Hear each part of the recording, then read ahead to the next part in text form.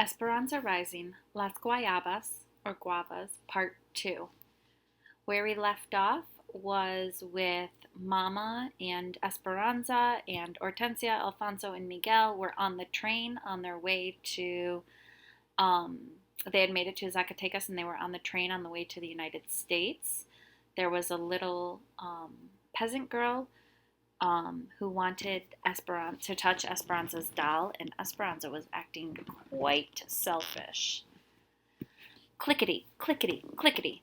The song of the locomotive was monotonous as they traveled north, and the hours seemed like Mama's never-ending ball of thread unwinding in front of them.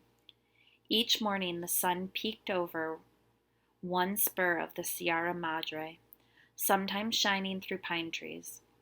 In the evening, it set on the left, sinking behind another peak and leaving pink clouds and purple mountains against the darkening sky. When people got on and off, Esperanza and the others changed their seats. When the car filled up, they sometimes stood. When the car was less crowded, they put their valises under their heads and tried to sleep on the benches.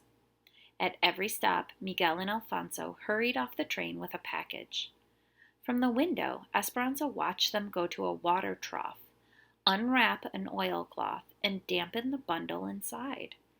Then they would wrap it in the oilcloth again, board the train, and put it carefully back in Alfonso's bag. "What is in there?" Esperanza finally asked Alfonso, as the train pulled away from yet another station. "You will see when we get there," he smiled, and a knowing look passed between him and Miguel. Esperanza was annoyed with Alfonso for taking the package on and off the train without telling her what was inside. She was tired of Hortensia's humming and weary of watching Mama crochet, as if nothing unusual were happening to them. But most of all, she was bored with Miguel's constant talk about trains. He chatted with the conductors, he got off at every stop and watched the engineers, he studied the train schedule and wanted to report it all to Esperanza. He seemed as happy as Esperanza was irritable. "When I get to California, I am going to work for the railroad," said Miguel, looking anxiously toward the horizon.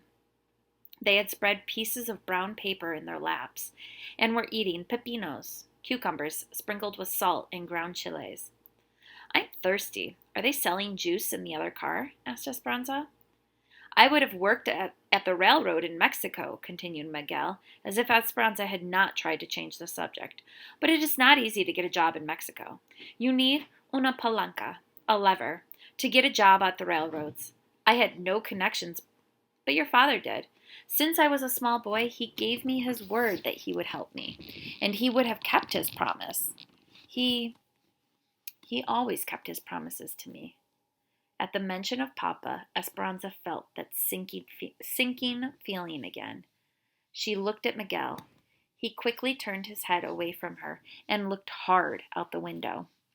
But she saw that his eyes were damp. She had never thought about how much her papa must have meant to Miguel.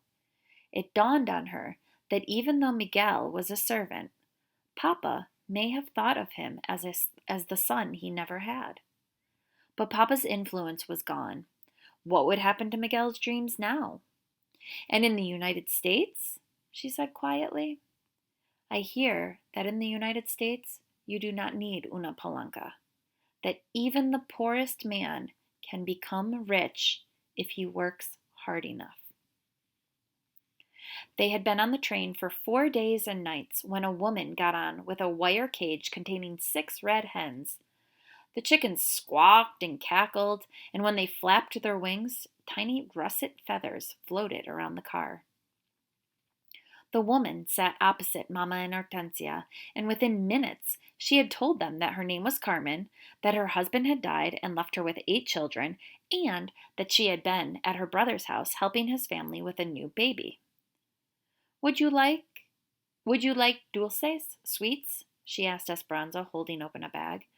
Esperanza looked to Mama, who smiled and nodded her approval.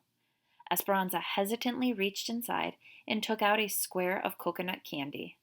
Mama had never permitted her to take candy from someone she didn't know before, especially from a poor person. Senora, why do you travel with the hens? Asked Mama. I sell eggs to feed my family. My brother raises hens, and he gave these to me. And you can support your large family that way? Asked Hortensia. Carmen smiled. I am poor, but I am rich. I have my children, I have a garden with roses, and I have my faith and the memories of those who have gone before me. What more is there? Hortensia and Mama smiled, nodding their heads. And after a few thoughtful moments, Mama was blotting away stray tears. The three women continued talking as the train passed fields of corn, orange orchards, and cows grazing on rolling hills. They talked as the train traveled through small towns, where peasant children ran after the caboose, just for the sake of running. Soon, Mama was confiding in Carmen, telling her all that had happened with Papa and Tio Luis. Carmen listened and made clucking noises like one of her hens, as if she understood Mama's and Esperanza's problems. Esperanza looked from Mama to Carmen to Hortensia. She was amazed at how easily Carmen had plopped herself down and had plunged into intimate conversation. It didn't seem correct somehow. Mama had always been so proper and concerned about what was said and not said. In Aguascalientes, she would have thought it was inappropriate to tell an egg woman their problems. Yet now she didn't hesitate. Mama, whispered Esperanza, taking on a tone she had heard Mama use many times. Do you think it is wise to tell a peasant our personal business? Mama tried not to smile. She whispered back, It is all right, Esperanza, because now we are peasants too. Esperanza ignored Mama's comment. What was wrong with her? Had all of Mama's rules changed since they had boarded this train? When they pulled into Carmen's town, Mama gave her 3 of the beautiful lace carpetas she had made. For your house, she said. Carmen gave Mama 2 chickens in an old shopping bag that she tied with string. For your future, she said. Then Mama, Hortensia, and Carmen hugged as if they had been friends forever. Buena suerte, good luck, they had said to one another. Alfonso and Miguel helped Carmen with her packages and the cage of chickens. When Miguel got back on the train, he sat next to Esperanza near the window. They watched Carmen greet her waiting children, several of the little ones scrambling into her arms. In front of the station, a crippled Indian woman crawled on her knees, her hand outstretched toward a group of ladies and gentlemen who were finely dressed in clothes like the ones that used to hang in Esperanza's and Mama's closets. The people turned their backs on the begging woman, but Carmen walked over and gave her a coin and some tortillas from her bag. The woman blessed her, making the sign of the cross. Then Carmen took her children's hands and walked away. She has 8 children and sells eggs to survive. Yet when she can barely afford it, she gave your mother 2 hens and helped the crippled woman, said Miguel. The rich take care of the rich, and the poor take care of those who have less than they have. But why does Carmen need to take care of the beggar at all? Said Esperanza. Look, only a few yards away is a farmer's market with carts of fresh food. Miguel looked at Esperanza, wrinkled his forehead, and shook his head.